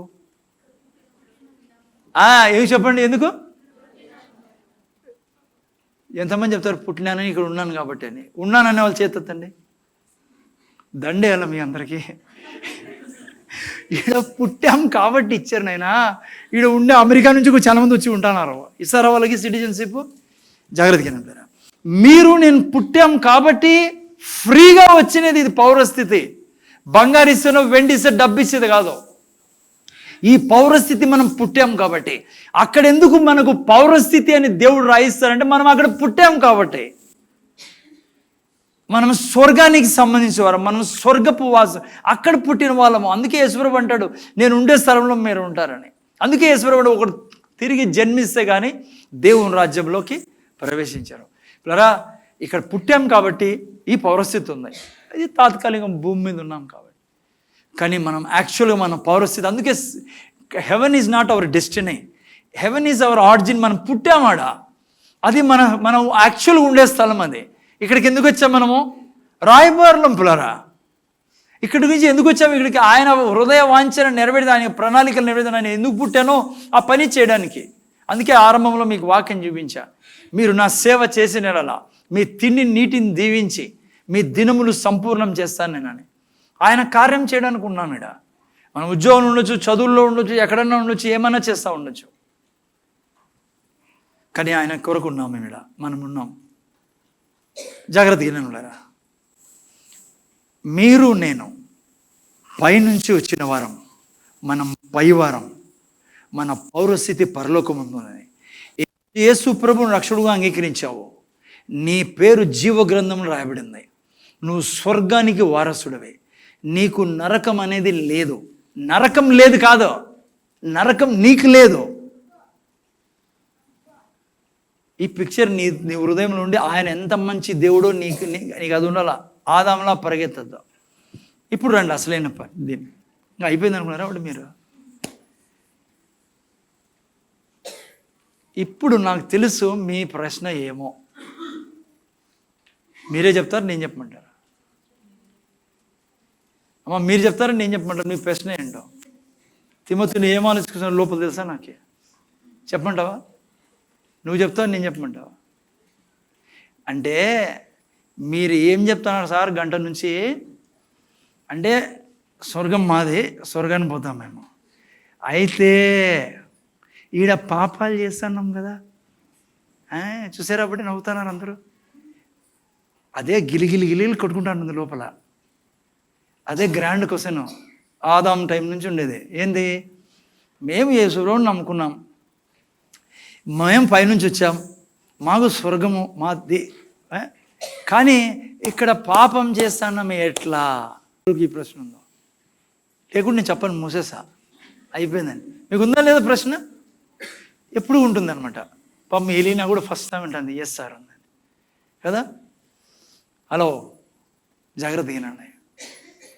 ముందర చూడండి, నేను కొంచెం సేపు ముగించేస్తాను. నేను స్ట్రైట్గా బల్లోకి వెళ్ళొచ్చు మనం. పాపం చేస్తూ ఉంటే ఏంటి? 2 విషయాలు మీకు చెప్పాలా. పాపం, బైబిల్ అంటుంది నువ్వు పాపం చేస్తూ ఉంటే నీ హృదయము కఠినంగా మారుతుంది అని బైబిల్లో రాయబడింది పిల్లరా. 2 విషయాలు నేను చెప్తాను. నువ్వు యేసయ్యను రక్షకుడుగా అంగీకరించి నువ్వు పాపంలో జీవిస్తూ ఉంటే, నువ్వు పాపం చేసుకుంటూనే జీవిస్తూ ఉంటే, నువ్వు పాపంలోనే ఉంటే ఖచ్చితంగా ఛాన్సెస్ ఉన్నాయి నువ్వు స్వర్గానికి పోకుండా ఉండేదానికి. బాగా దిగనే ఉండేది. ఎందుకంటే దేవుడు నిన్ను ఎప్పుడు తృణీకరించాడు. నువ్వు చచ్చిపోయేంత వరకు విడిచిపెట్టాడు ఆయన. నీ అంటే ఉంటాడు ఆయన. నిన్ను బతిమలాడుకుంటానే ఉంటాడు, నిన్ను బంగపోతానే ఉంటాడు. బిడా వద్దు, ఇదే బిడా నువ్వు నా బిడ్డవే, వద్దు. మొదటిది ఏమిటంటే నువ్వు పాపంలో జీవిస్తూ ఉంటే నీ హృదయం కఠోరంగా మార్చబడి అవకాశం ఉంది ఒకరోజు నువ్వు ఇది చెప్పేకి. దేవుని సమస్యలే, పిక్చర్ క్లియర్ పెట్టుకోండి, ఆయన కన్ఫ్యూజ్ కాద్దండి. యేసయ్య నిన్ను విడిచిపెట్టాడు, దేవుడు నిన్ను ఎప్పుడు విడిచిపెట్టాడు. యెహోవా దేవుని కనుపాపవు నువ్వు, కనుగుడ్డు నువ్వు తన జీవితానివి, నువ్వు తన గర్భంలో వచ్చిన బిడ్డవి. కానీ పాపముకి ఎంత శక్తి ఉందంటే నువ్వు పాపంలోనే జీవిస్తూ ఉంటాయి. నేను ఒక సిస్టర్, ఈమె కూడా తెలుసు, నాకు తెలుసు. మా టైంలో బాగా భక్తిగా ఉండేది బిడ్డ, బీహార్ నుంచి వచ్చిన పాప, పేరు చెప్పకూడదు, అయినా ఇక్కడ లేదనుకోండి. వాళ్ళు చాలా భక్తిగా ఉండేది, మాతో పరిగెత్తేది, మాతో పాటు సేవలో ఉండేది, వాళ్ళ ఇంట్లో ప్రేయర్లు ఉండేది. ఆ పాప ఈరోజు దేవుళ్ళు లేదు, యేసుప్రభులు లేదు, పక్క వేరే చోట అంతా చేసుకుంటా ఉంది. అందరూ ఆశ్చర్యపోతున్నారు అక్కడ, మా ఫ్రెండ్స్ అందరూ, ఏమైంది ఈ పాపకి? నేను ఎన్నోసార్లు తనకు మెసేజ్ పంపించంటే, వాక్యం పంపించి ఏదో విధంగా మాట్లాడాను కూడా ఒకసారి, నాకు గుర్తులేదు. కానీ ఈరోజు లేదు పిల్లరా. కానీ ఒకప్పుడు వెలిగింపబడిన బిడ్డ. ఎప్పుడైతే నువ్వు పాపానికి అలవాటు పడి వ్యభిచారానికి, తాగుడికి, ఇవి లేకుండా ఇంకా ఏదో పట్టుకొని అట్లా స్నేహితుల్లో పోయి పర్లేదులే, ఏం కాదులే వాళ్ళు బాధపడతారు. అమ్మా ఏం పడతారు? వాళ్ళు బాధపడతారు అని చెప్పి ఇది చెప్పి నువ్వు మెల్లిగా జారుకుంటా అన్నావా, ఛాన్సెస్ ఉన్నాయి నువ్వు నరకానికి పోయేదానికి. దేవుడు తరఫున కాదు, నువ్వు సారీ అట్లా కూడా చెప్పకూడదు, నరకానికి పోయే ఛాన్స్ కాదు. కానీ ఓకే సారీ, నేను ఈ వాక్యాన్ని వేరే విధంగా చెప్పాలి మీకు. నువ్వు యేసు ప్రభుని తృణీకరించే అవకాశం ఉంది. ఇంకా ఆ బిడ్డకు మీకు ఎగ్జాంపుల్ చెప్పాను నేను. గొప్ప దైవ సేవకులు నేను చూశాను పిల్లరా, వాళ్ళు తిరస్కరించడం. పాపం అంత భయంకరమైంది.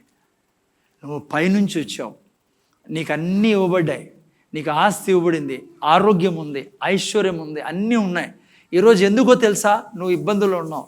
ఇక్కడ ఎవరైనా ఉంటే నువ్వు ప్రభువుని గట్టిగా హత్తుకోవడంలా, నువ్వు ఆయన వాక్యం దగ్గర రావడంలా, నువ్వు ఆయన సమస్తం అనడంలా. అన్నీ ఆయన ఇస్తారు కదా, ఎందుకు నువ్వు దేవుని పక్కన పెడతావు? అందుకే నువ్వు కష్టాల్లో ఉండేది. ఓకే, 2 విషయాలు చెప్తాను. ఒకటి, నువ్వు పాపంలో దేవుని దగ్గర రాకుండా, ఇక్కడ వాక్యం అనుకోకుండా, నువ్వు దేవుని గురించి తెలియకుండా ఉంటే, నువ్వు నేను చెప్తున్నా ఇంకో విషయం కూడా చాలా కష్టం. అది నువ్వు రక్షణ పోగొట్టుకోవడం కాదు, అసంభవం. నేను ఇంకోటి చెప్తున్నా మీకు ముగించే ముందు, నువ్వు రక్షణ పోగొట్టుకోవడం అసంభవం బిడ్డ. కానీడు దేవుడు జరగని నీ జీవితంలో అదే అసాధ్యం. అదే నువ్వు రక్షణ పోగొట్టుకోవడం అనేది కంప్లీట్ అసాధ్యం. కానీ కొంతమంది ఉన్నారు, వాళ్ళు ఎంత భంగపోయినా దేవుడు, వాళ్ళు లోకంలోకి వెళ్ళిపోయినాడు.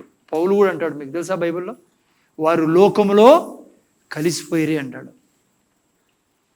అది ఛాన్స్. పాపం నువ్వు రక్షణ పోకుండా ఉండేదానికి అవకాశం నువ్వు ఇస్తే తప్ప, దేవుడు కాదు. దేవుడు విడిచిపెట్టాడు నేను. రెండవది, నువ్వు పాపంలో జీవిస్తే సాతానికి ద్వారం తెరిచి పెడతావు నీ జీవితంలో. వాడు నీ జీవితాన్ని చింపి పెట్టేస్తాడు. వాడికి తెలుసు నువ్వు ఎవరో, వాడికి తెలుసు నువ్వు ఎక్కడికి వెళ్తున్నావో. పాపంతో ఆడుకోకు బిడ్డ. పాపం చాలా భయంకరమైనది. ఏం లాభం తెస్తుంది పాపం నీకు? దేవుడు చెప్పినట్టు చేయకుండా నువ్వు ఏందో చేసి ఏం సాధించావు? ఎవరు ఉన్నారా పాపం ద్వారా సాధించిన వాళ్ళు? వాళ్ళంటే దేవుడే తెలియదు వాళ్ళకి. వాళ్ళు మంటి నుంచి వచ్చారు, ఆ భ్రష్టత్వపు వ్యక్తి నుంచి వచ్చారు కాబట్టి వాళ్ళకు తెలియదు పాపం సత్యం. అందుకే వాళ్ళ మీద కనికరిస్తాడు దేవుడు. అందుకే పాపాన్ని అసహించుకుంటాడు దేవుడు. పాపలను అసహించుకోడు పిల్లరా. మీరు నేను కూడా ఎప్పుడు పాపలను అసహించుకోకూడదు. అందుకే వాళ్ళ దగ్గర పోయి సువార్త చెప్పాలి, వాళ్ళని ప్రేమించాలా, దయ చూపాలా.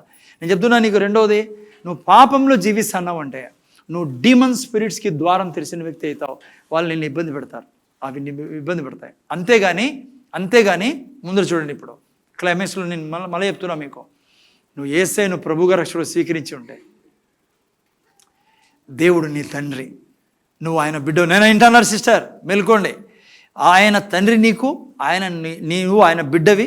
ఆయన ఆస్తి అంతా నీ పేరు మీద రాసేసాడు, రక్తముతో సిగ్నేచర్ చేసాడు. ఆయన ఆస్తి అంతా నీది. నువ్వు చేయాల్సింది ఏమంటే ఆయన చెప్పింది చేసుకుంటూ పోతా అంటే టైం పట్టినా పర్లా, నీకు విజయం ఇచ్చే దేవుడు, ఆస్తి ఇచ్చే దేవుడు, నీ పిల్లలు దీవించే దేవుడు, నీకు ఆరోగ్యం ఇచ్చే దేవుడు, అన్నీ ఇచ్చే దేవుడు. ఎందుకంటే నీ ద్వారా ఆయన మహిమ పొందాలి భూమి మీద. కానీ నీకు నరకం మాత్రం లేదు.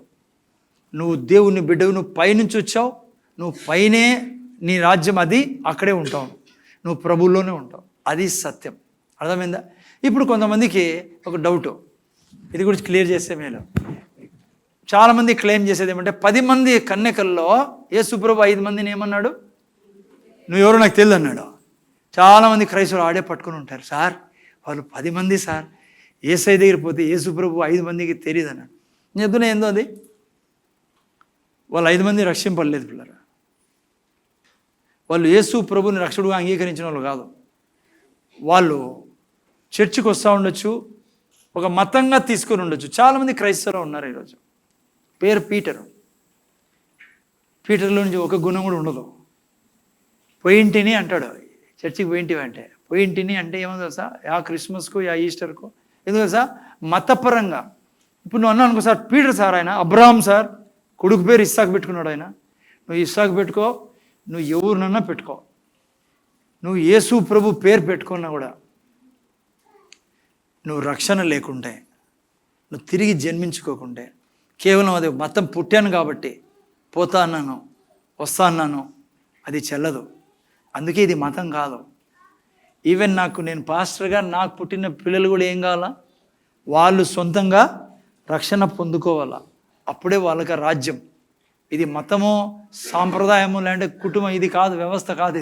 ఇది ఎలక్షన్లు కాదు, పాలిటిక్స్ పార్టీ కూడా కాదు. ఇది వ్యక్తిగతంగా ఆయన్ని స్వీకరించడం. అర్థమైందా? అది సత్యం. ఓకే, సో ఇంకో మాట చెప్తాను, నన్ను గుర్తు వస్తుంది, ముగిస్తాం. అదేమో తెలుసా, చాలా ఆనందం వేసే విషయం ఏమో తెలుసా, ఈ సృష్టిలో ఈ భూమి మీద ఉన్న ఏ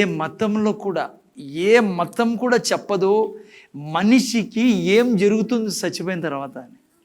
ఒకే ఒక మతం అని చెప్పకూడదు, కానీ మీకు అర్థం కావాలని చెప్తా. ఒకే ఒక గ్రంథము, ఒకే ఒక మతములో, అది యేసయ్యను రక్షకుడు అంగీకరించి ఉంటే, బైబుల్ మాత్రమే క్లియర్గా చెప్పేది ఏంటంటే నువ్వు స్వర్గానికి పోవడం కాదు, అసలు నువ్వు స్వర్గంలో పుట్టినాడు, స్వర్గం నీది అనేది ఏ మతంలో లేదు. ఇంకా మీరు అర్థం చేసుకోవాలని చెప్తున్నా.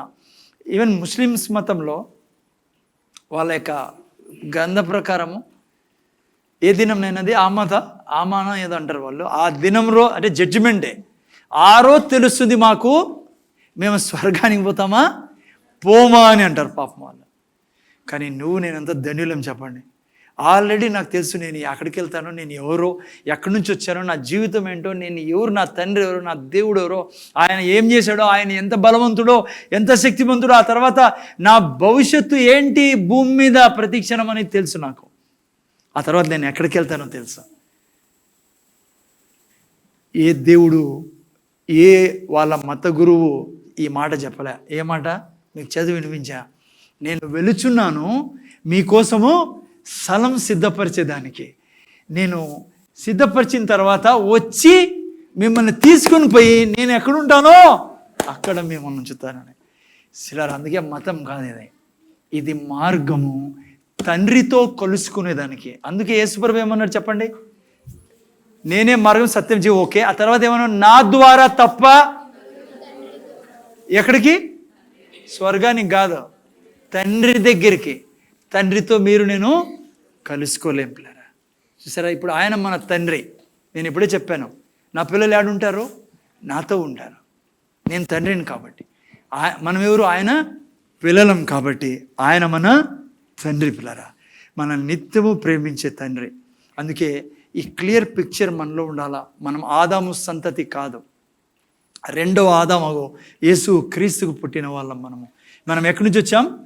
పైనున్న వారము, పరలోక సముద్రము. ఓకే, దేవుడు మిమ్మల్ని దీవించునుగాక. రేపు వారం రావడం మానకండి. ఓకే, సో వచ్చి నూనె నింపుకోండి. వాళ్ళు 5 మంది కన్యకలు ఎవరు? నూనె లేని వాళ్ళు పిల్లరా. నూనె ఎవరికి సాదృశ్యంగా ఉంది? పరిశుద్ధాత్మ దేవునికి. కొత్త జన్మ ఎట్లా వచ్చేది ఒక మనిషిలోకి? పరిశుద్ధాత్మ దేవుని ద్వారా. సో వాళ్ళు పరిశుద్ధాత్మ దేవుడు లేనివారు, అంటే పరిశుద్ధాత్మ ద్వారా తిరిగి జన్మించని వారు. కాబట్టి యేసుప్రభు ఏమన్నాడు? మాట్లాడరు కదా నాయనా, మీరెవరో. ఇప్పుడు వాక్యంలో ఏం రాబడింది? యేసుప్రభు ఏమన్నాడు? నేను వచ్చి తీసుకెళ్తా. మనం దేవుని ఇప్పుడు మన తండ్రి నువ్వు అంటాడా? నేను అంటాను నా పిల్లలకి, ఈవెన్ తప్పు చేసినా అంటానా మీరు నా పిల్లలు కాదని. వాళ్ళు ఏమంటారు? తప్పు చేసినప్పుడు ఆటుకొస్తారు, ఇంటికే రాలా. సో మన తండ్రి ఆయన. సో పిక్చర్ ఏముండాలో ఆదాం పిక్చర్ పెట్టుకోవద్దండి. ఓకే, కానీ మనం పరిశుద్ధంగా జీవించాలి. కలుపుకుందాం, ప్రార్థన చేసుకుందాం. రేపు వారం ఉంది మన దగ్గర, మళ్ళా వారం ఉంది. సో దేవుడు మిమ్మల్ని దీవించాలి, మనల్ని దీవించాలి తన వాక్యం ద్వారా. కళ్ళు మూసుకొని ప్రార్థన చేస్తుంటారే. నీ కృతజ్ఞతలు మా ప్రభువు యేసుక్రీస్తు నామములో మాకు ఇచ్చిన యొక్క నిత్య జీవితాన్ని బట్టి నీకు వందనాలు స్వామి. ఈరోజు ఈ విషయం కూడా నేర్చుకున్నాం. పాపం మేము చేయలేం తండ్రి. పాపము బైబిల్ చెప్తుంది, నువ్వు దేవుని పుట్టినా నువ్వు పాపం చేయలేమని.